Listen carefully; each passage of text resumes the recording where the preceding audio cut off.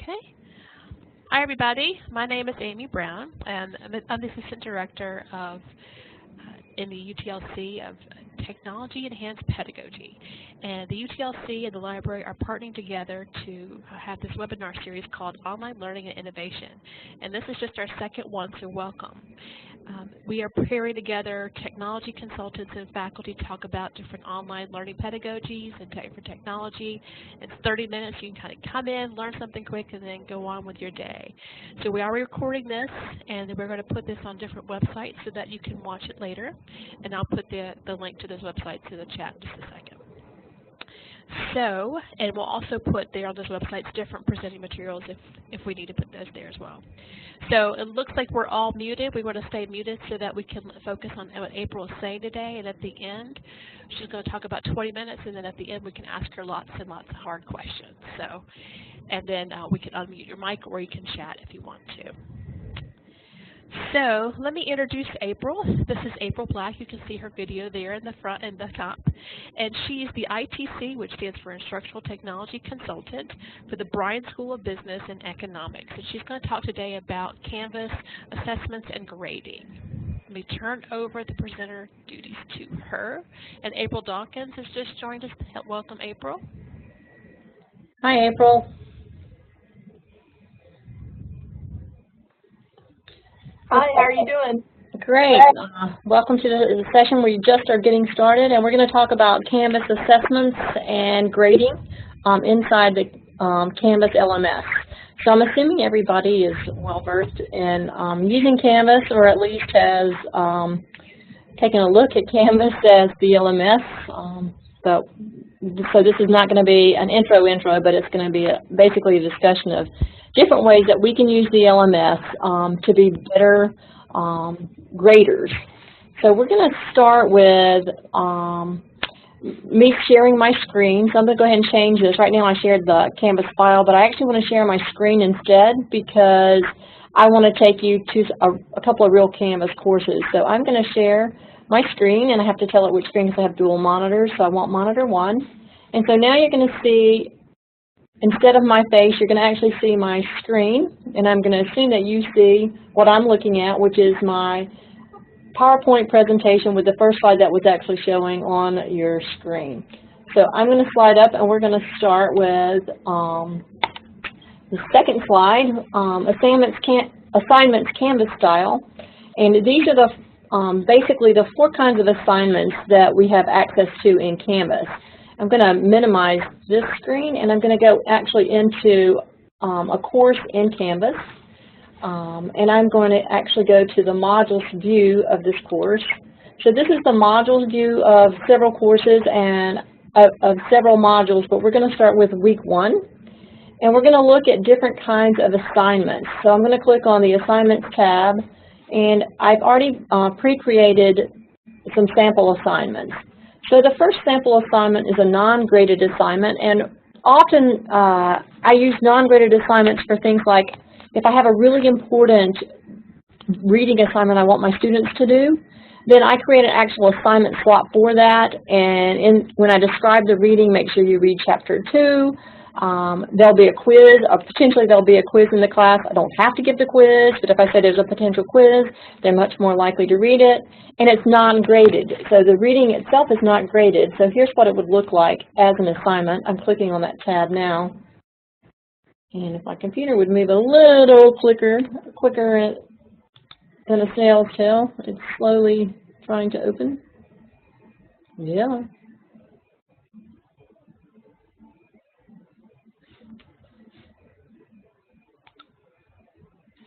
It's not opening. All right.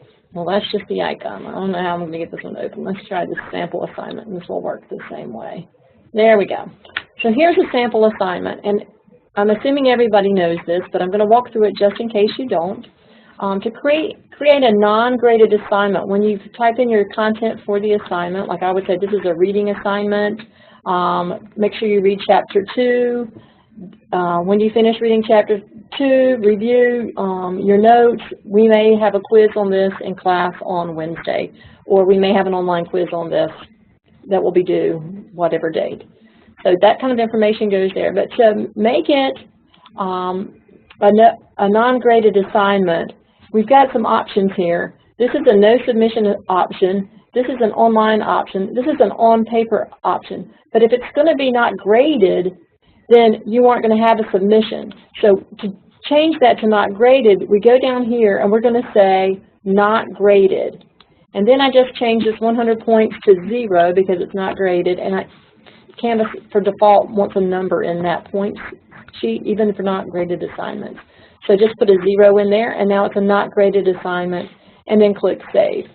The other choices for assignment types, let's look at those really quickly, sorry about that, are percentage grades, so you could grade on using 100% scale, and so if they made a 95, they got a 95%. You could also do a complete or an incomplete, and we'll look at how those look in the grade book. You can have points, letter grades. If you're using a GPA scale in your grade book, you can use the GPA scale, or you can have the non-graded, which is what I just talked about. So those are 4 ways to create assignments that are graded or not graded. You can have your complete, incomplete assignment be in your grade book. If it's complete, could be worth 100 points or 1 point or 100% or 0% of the grade, just depending on what you want to do with that assignment. So that is assignments. And now we're going to pull back this PowerPoint slide. So we talked about regular online graded assignments, non-graded assignments. We haven't talked about group assignments or Turnitin assignments. So we're going to look at Turnitin and group assignments very quickly. So I'm going to go back to assignments, and I'm going to go back to the assignments that I've already pre-created for this.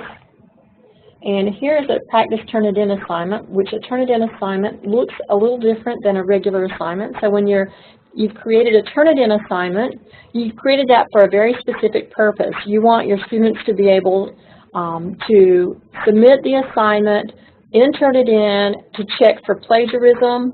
And as an instructor, you may also want to use it for the feedback studio, where you can go in and have it check the grammar. It will actually do grammar checks for you. So when students see this or you see this, this is actually a Turnitin assignment, and you can tell that because it's this little person peering over and it's waiting for an assignment. Nothing's been submitted for this assignment, but it's called the paper final submission assignment, and this is where it would be submitted. To edit the assignment, you just click Edit Assignment. It looks just like the other assignment, except when I scroll down here, I have an external tool chosen. And this external tool, to find out which external tool I use, I just look down in this box. I use Turnitin. There are other external tools. I'll show you them when you click Find. These are your options inside of your Canvas course. And we're going to use Turnitin. So you just simply click on Turnitin. It fills in that data in the box when you hit the Select button, and it puts this address in. And then when you're done, you click Save, and your assignment is now a Turnitin assignment. Have you guys used Turnitin? I'm assuming that your mics are off, so Amy, can you let me know if they say yes or no, raise their hand, smiley, thumbs up, thumbs down, something? Communicate with them. That'd be great. Oh, Okay. I have a couple more people here as well. Let's see. You guys want to use the chat to let us know if you've used Turnitin before, yes or no? Well, they can use the emoticons on the side. That's fine as well. However works best for you. It doesn't matter to me. So these are the basic assignment groups. Group assignments have 2 ways of being graded, and I wanted to show you the 2 ways to grade group assignments. I'm going to look at those next. So I'm going to go back over here to this course again and go to Assignments. And I'm going to scroll down to the group assignment. Here's the practice group assignment already created. I'm going to edit this one. And then I'm going to scroll down. Under group assignments, you have something that's an important thing to note. One is, this is a group assignment. It has to be checked for it to become a group assignment, and assign grades to each student individually. If you click this box, then you have to grade each student within the group individually.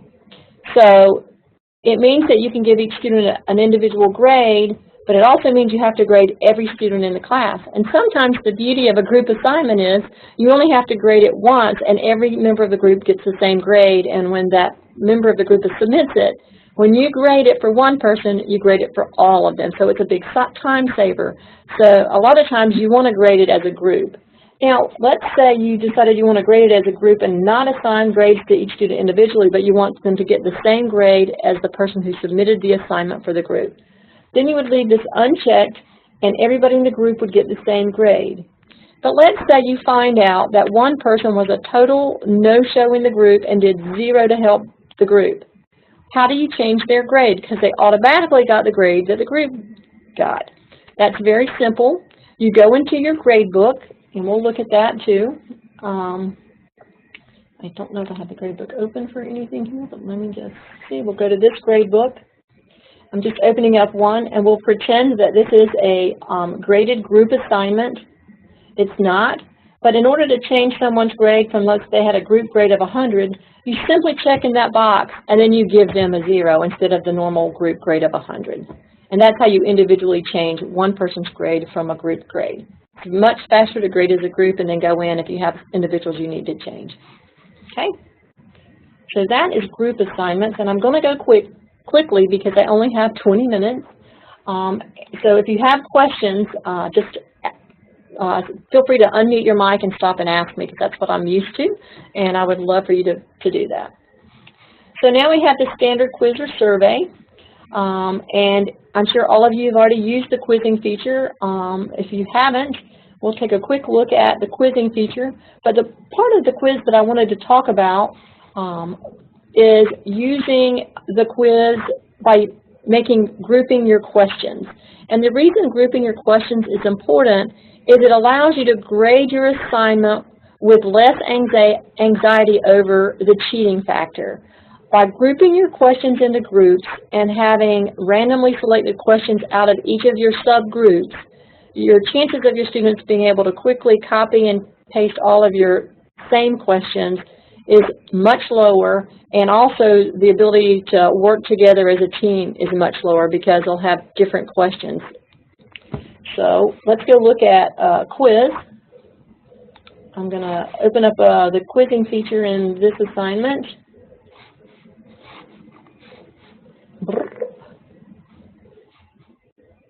All right, I'm having trouble seeing my screen.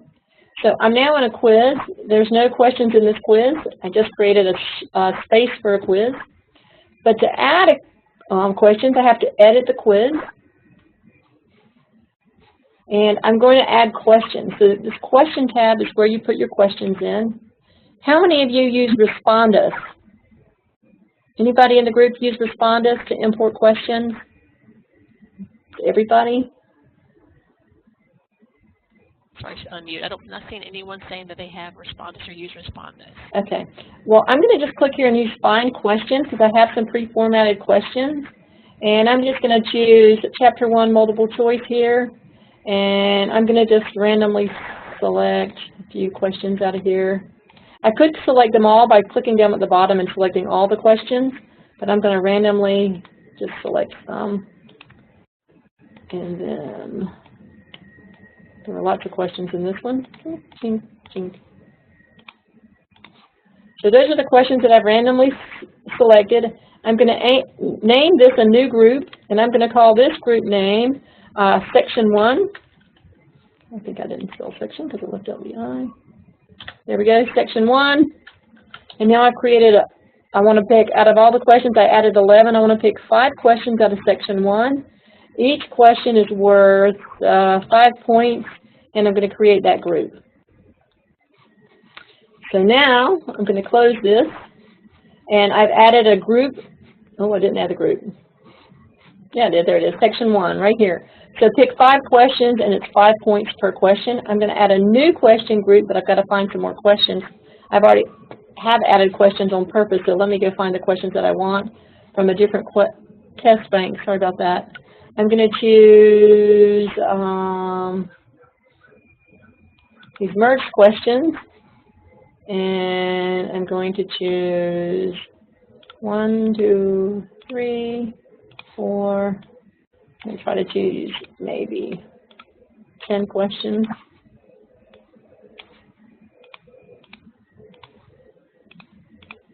That should be enough. I'm going to add those questions, and I'm going to make this a new group, and this new group is going to be called Section 2. And they're going to pick 5 questions, and they're worth 5 points, and I'm going to create that group, and I had 12 questions there. So I think that's enough. So I'm going to close that. So now let's just, this is just so you can see what it would do. So now I've got a total actually of 23 questions because one group had 11 and one group had 12. And they're going to pick a total of 10 questions out of those 2 groups. So it's going to randomize these and randomize these. And then I'm going to save this so you can have a look at what the questions would look like. So now I've created this graded quiz with 2 sections, and these 2 sections are randomly going to pull questions from this, and the quiz is now worth 50 points, right? Because there were 5 points apiece, and each section's 25. So that's how I got 50 points. So if I want to preview my quiz, I can now pull the preview button up, and I've now got this draft of the quiz. Where's my questions? Oh, over here. You're hiding behind my, I can't see kids in my window.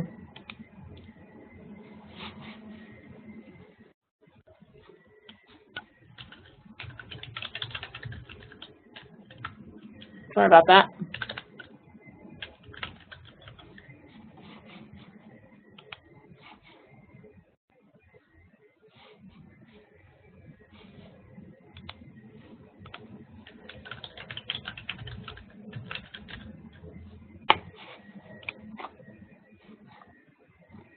I need to tell a little bit more information.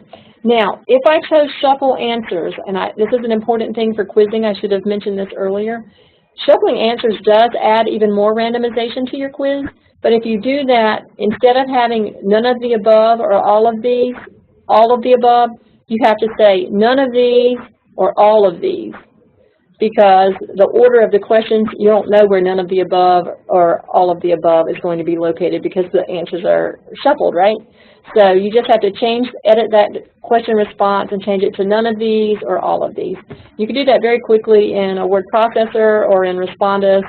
Find all the questions that say none of these and then replace it all with all of these.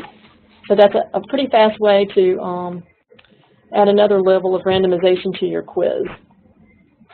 I'm going to click Shuffle Answers. I didn't do that for this one, so I'm not going to. You must set a time limit. It's important to have, if you've got 10 questions, if this is pretty quick, they should be able to pull the information fairly quickly, then you maybe want to give them a minute to a minute and a half per question, but that's based on your questions, and so I can't tell you what the time limit should be. But you should set one. I'm going to just say 20 minutes for this. And they're not going to get multiple attempts. And I'm not going to show them their quiz responses until I'm ready to show it to them. And I'm going to show them one question at a time so they can't go through the whole quiz. And I am going to lock the questions after they answer. Now, this is a pedagogical question of philosophies, of whether you agree or disagree with whether this should be the practice or not. But if you have a concern about cheating, it's a good idea to give them one question at a time and make them answer it and then lock the question.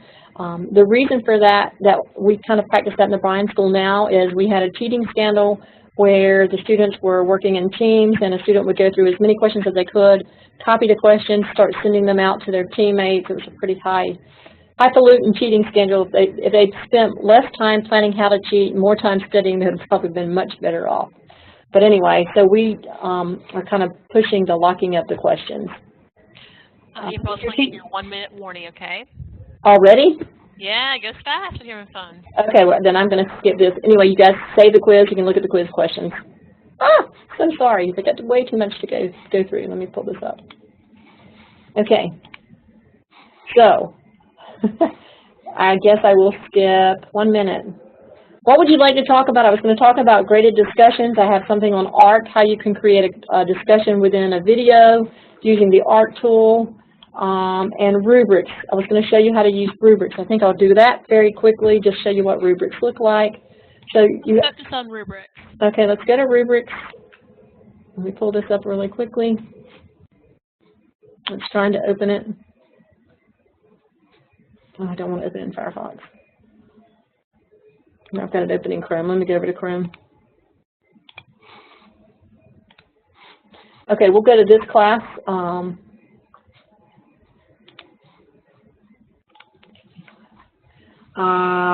In Rubrics, you have something called Outcomes.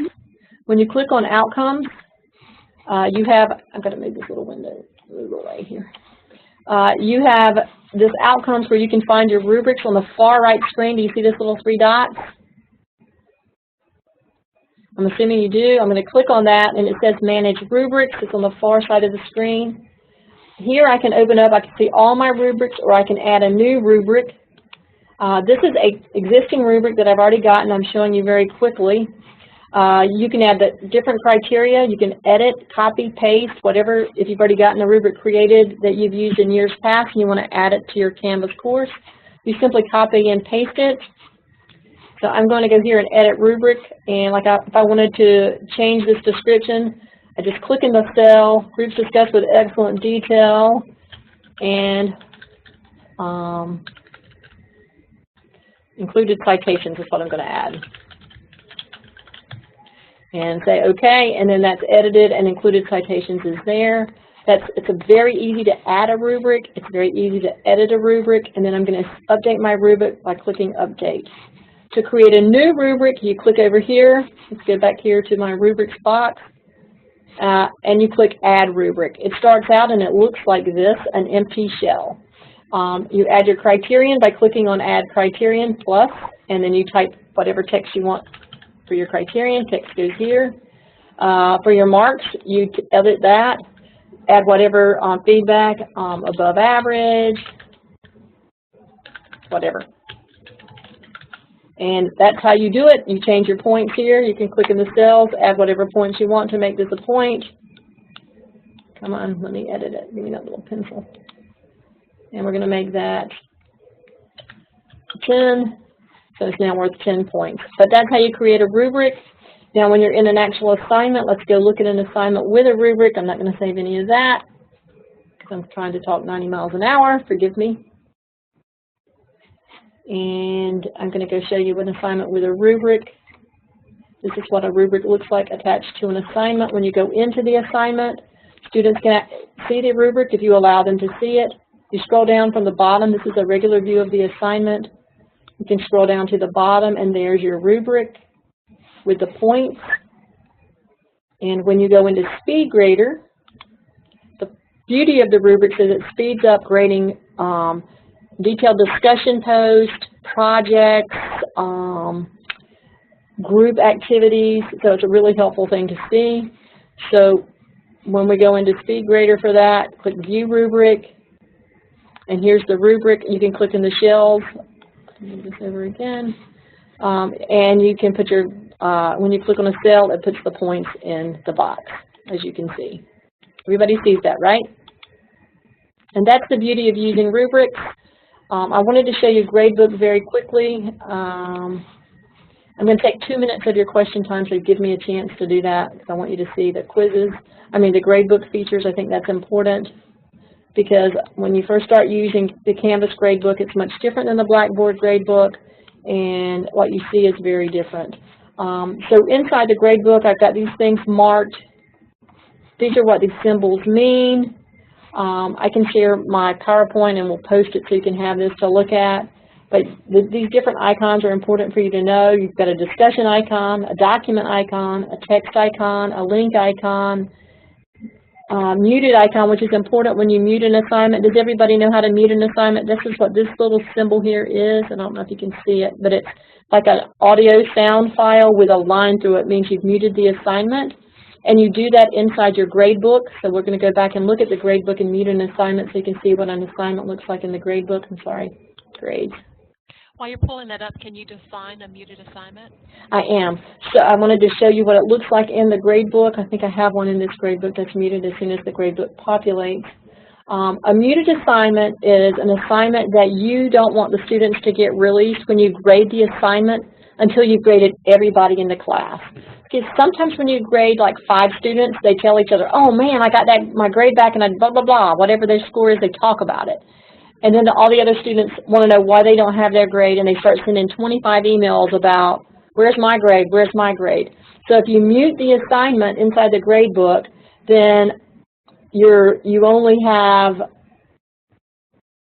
release it when you unmute the assignment, then all the grades go out to the students at the same time. And my grade book is not populating. Oh, come on. Sorry, let me try it one more time. Oh, because I'm not in the right class. There's nothing in there to grade. Sorry about that. Let me get back here. Here we go. Let me get back into this grade book. And there will be grades that are muted in this grade book. I've hidden student names so you can't see them. But here's a muted assignment. You have this icon right here, and it tells me that even though I've got all the grades in, the students can't see it. Another important thing in the grade book is this dash. It says this grade does not have a 0, so it doesn't count for or against the student. If you want them to get a 0, you have to manually enter the 0 in your grade book. If you leave the dash, it doesn't count for or against the student. So if they're exempted, they get an exemption. Okay? That is as quick as I can go. I'm going to stop sharing my monitor and let you ask me questions. 20 minutes was not enough time, so. We got about 4 minutes left for questions, so feel free to unmute your mic and ask April a question. Sorry for the speediness of that.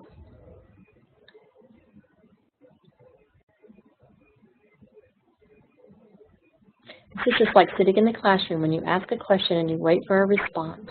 Looks like Courtney's about to ask a question. Courtney, did you have a question? Sorry, no, I was. Is that a no, Courtney? Yeah, sorry. No worries. You're fine, you're fine. I do know that as a teacher, I love the rubrics. The online rubrics completely changed the game for me when it came to grading. Just be able to click a cell and quickly grade something as detailed as a paper was really a game changer. So if you've never used a rubric, I highly recommend that you explore that, especially if you've got papers or large assignments. And rubrics, and creating rubrics and quality rubrics is probably an hour workshop in and of itself. So basically this was an intro to some tools inside Canvas, but learning great tips for how to create quality rubrics. It's easy to create a rubric, but to create a quality rubric, and what I consider a quality rubric is a rubric that I can use multiple times for multiple purposes. So when I say that, what I mean is if I created, if I know that every time my student submits a paper, I'm going to be looking for grammatical issues and specific ones, I'm going to include those in the rubric. If I know that every time I'm grading a paper, I'm going to be looking at citations to make sure they've used either MLA or APA citations, I'm going to be including citations inside my rubric. If I have required that the students include references, and I want 3 references as a minimum, I'm going to include that in my rubric because that's something that's going to be used for all my papers across the semester. Then I can duplicate the rubric, and then I can edit it for the things that are different about each paper, but use the basic shell of the rubric for all the rubrics for the papers. Does that make sense? It does make a lot of sense. So it's about saving yourself time, and also I believe rubrics are a great guide for students. It provides them with a framework that they need to help them be more successful. Definitely. Any questions for April? Heck yeah. What a group today.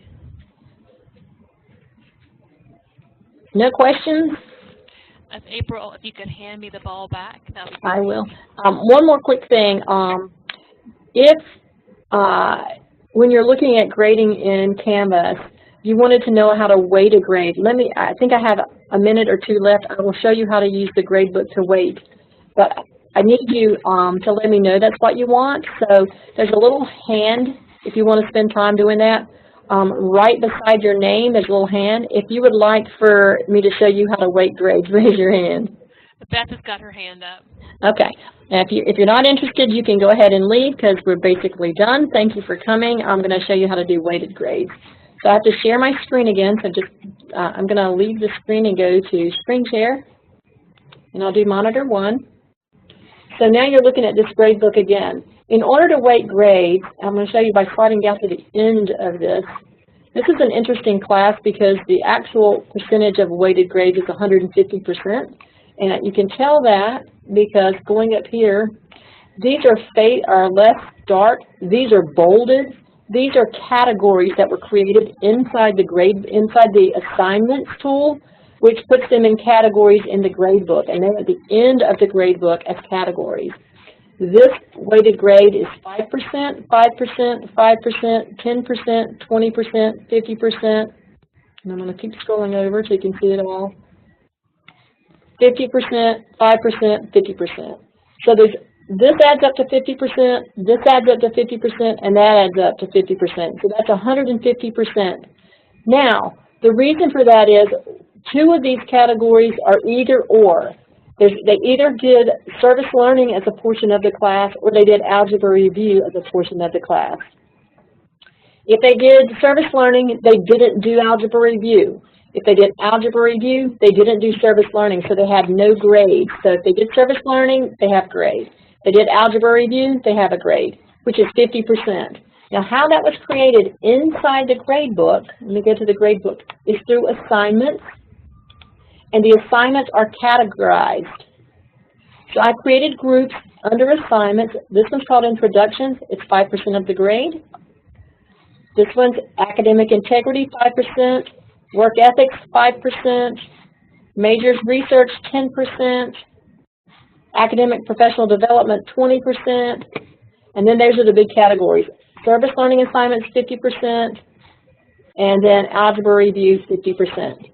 Each of those was created by going over here to the wheel. Let me go back to a category where I can show you that up here. I'm going to move the little box with you guys in it. So to weight your grades, the first thing you have to do is you have to say assignment group weights. And that's using that gear shift. And then this has to be checked. Once you check this, it gives you the privilege or the opportunity to weight your grades. And then you just create the categories and decide what weights they are. You put them in the box, and it shows you the total weight. So that's a quick look at how you put weights in and how you create categories in assignments. Any questions? Thank you so much, April, for our Thank you. Sorry. that. If you could hand that ball back, that would be great. I will do that right now. And while she's doing that, just want to mention 2 events that are coming up. On November the 8th, the UTLC is now hosting an assessment workshop. You can find out details about that on our website. It is at 11 a.m. that morning.